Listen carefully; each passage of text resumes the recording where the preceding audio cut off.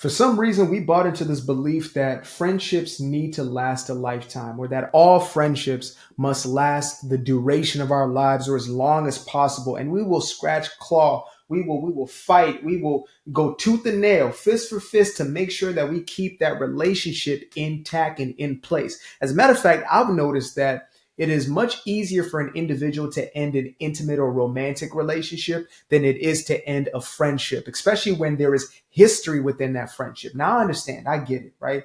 I done had homies and homegirls who were there for years. As a matter of fact, I had people who were there for the better part of a decade or two, right? And I've only been here for a few decades so far. So that was a long time. And I moved from Africa when I was 9 to 10 years old. So, you know, that was the longest that I could have had a friendship was, a good chunk of a decade.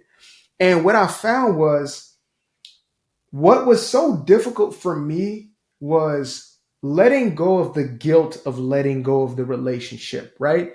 It was not the relationship itself necessarily. It's not the friendship itself, but the guilt that I experienced in even thinking to myself, damn, maybe I got to let this relationship dynamic go. And for me, it was a very real in your face type situation because I was getting out of an addiction. I was leaving a certain way of life. Like I was, running around the streets doing things that I knew I was supposed to be doing. I was not raised to do those things, right? African house, I was not raised. Absolutely not. I was not raised as, a kid in the streets in the gutter, but I was trying to be a somebody. I was trying to prove myself, to validate myself in the eyes of my quote unquote peers. And so I adopted this way of living that I embraced for the better half of that decade. And then I found myself on the other side where I was like, I can't keep doing this. This is unsustainable. This way of living is going to get me in every place besides where I truly want to be. It's going to get me in every other place, right? In every other form of trouble. It's going to get me anywhere but right. And so when I finally made the decision to get out of that lifestyle, I always say it was more difficult for me to leave the lifestyle than it was, let's say, the drugs themselves, right? For some people, it might be different, but for me, it was harder to leave the people, situations, and the circumstances, mostly the people, the relationship dynamics, because again, I felt as if I was obligated. This thing of survivor's guilt, quote unquote, is a real phenomenon. That belief that, damn, why was I the one who made it out of this situation and feeling as if I have to pull people out? And I remember having this sit down, maybe 2 years after I'd left that lifestyle and one of my homeboys had moved to another state, et cetera. And we finally sat together. And I remember having this visceral feeling as we're sitting, saying to myself, this is the end of this relationship. Like I knew that. I knew it at my core because the only thing we could relate off of was the past. It was history. And it wasn't even like depth in history. It wasn't, man, the things that we learned and the things that, no, it was literally just going back in a time machine and as if we're 16 years old all over again. There was nothing there. There was no substance. And then I allowed myself to accept the fact that there was no relationship there. There was no relationship left. And I try to cling on to it. I try to hold on to it. I try to keep some sort of rapport, some sort of back and forth from that moment on and hoping that, maybe, just maybe they will realize that the things that they're still involved in, they don't need to be involved in. And, but that distance kept on getting larger and larger. Every phone call felt as if it was two complete strangers speaking to one another, trying to speak the same language, but couldn't. Because I was in a place where I had chosen to grow out of that space, to evolve, to mature. This isn't about good and bad, right? We think morality, you're a good person, you're a bad person. That's not what this is about. This is simply a recognizing of sometimes people make decisions that are decisions towards their highest good, right? Decisions that are serving them as opposed to a disservice to them. Decisions that are productive as opposed to destructive. It's as simple as that. And so at that point in my life, I was finally making decisions for my own life that were productive as opposed to destructive. Whereas these individuals or this specific individual was still making decisions that were destructive, that were in the other direction. And I know that all of us are on our path. Every single one of us are. Right? I won't negate that. But I was still seeing myself as being responsible for getting this person to the starting point and then past the finish line. right? Dragging them the entire race along. And I was only doing that from a space of guilt. I felt that I would be a bad person, that I'll be wrong if I did not do so. Now, there's a difference again between being somebody who is a genuine service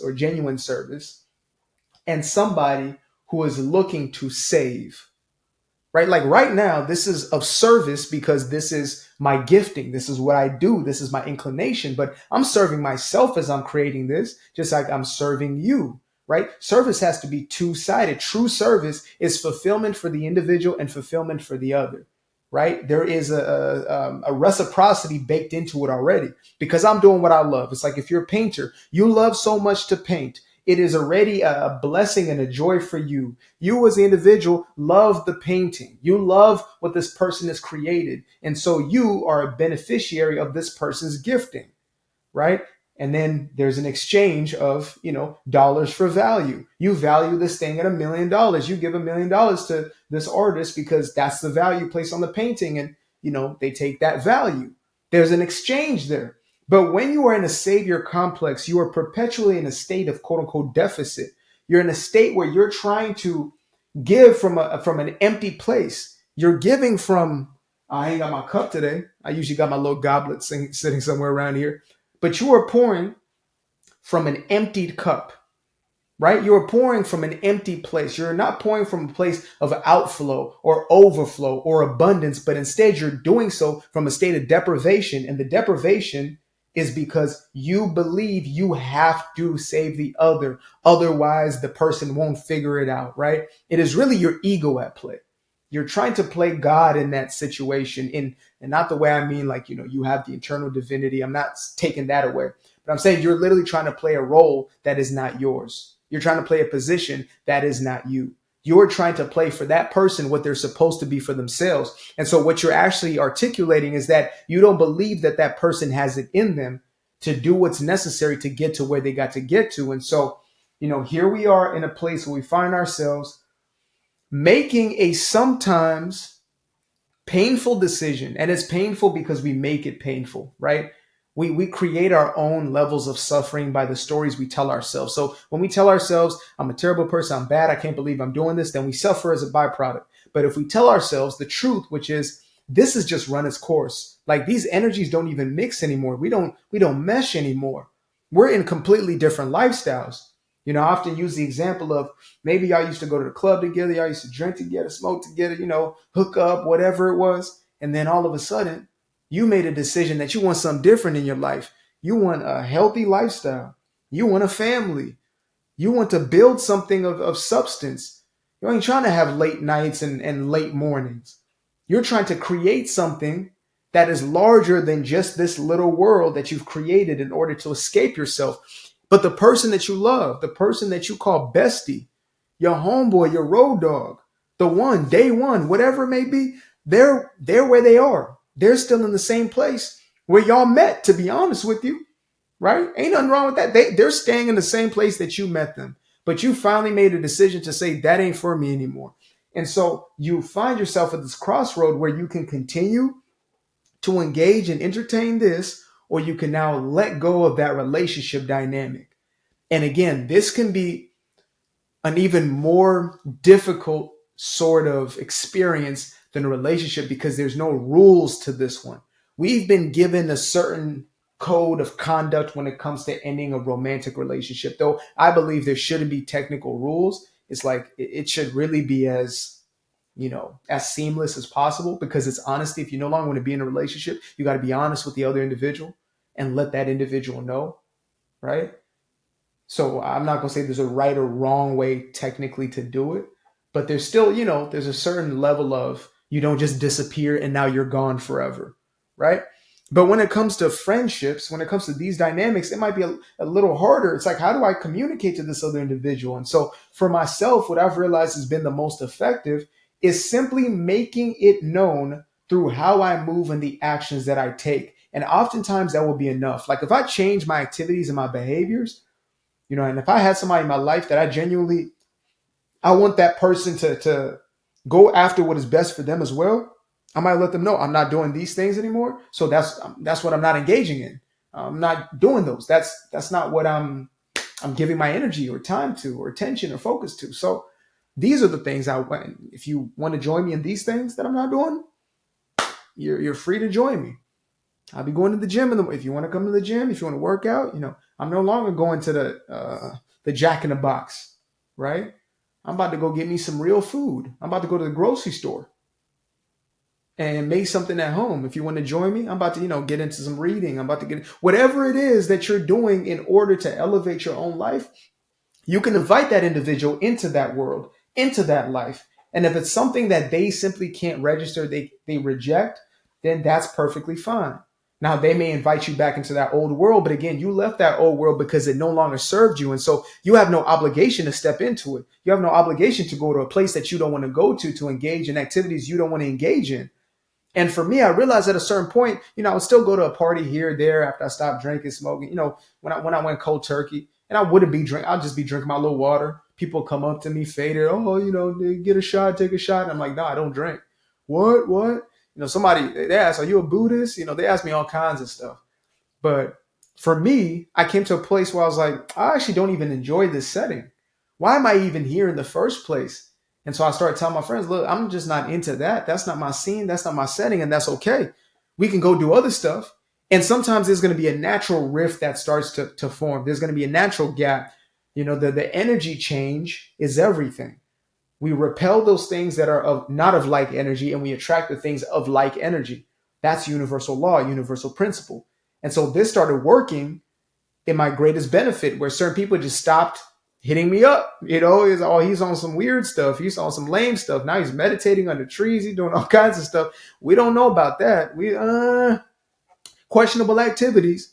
He ain't coming to sip no more. He ain't coming to, we trying to talk to girls. He ain't over here trying to talk to nobody. He's really here trying to, become husband material. Like, he's trying to do all these things that don't resonate with us anymore. So you will start to see yourself part ways naturally. Now, some people are going to be what we call a stage 5 clinger, right? If you ever watch Wedding Crashers, I'm playing. You can watch whatever you want. You grown.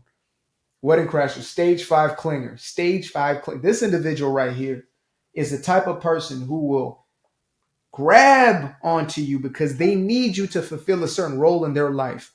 That type of person, you got to let them know. Like, you got to tell them, like, look, I don't want to have this relationship. I'm just told folks straight up like that. Like, I genuinely do not want relationship.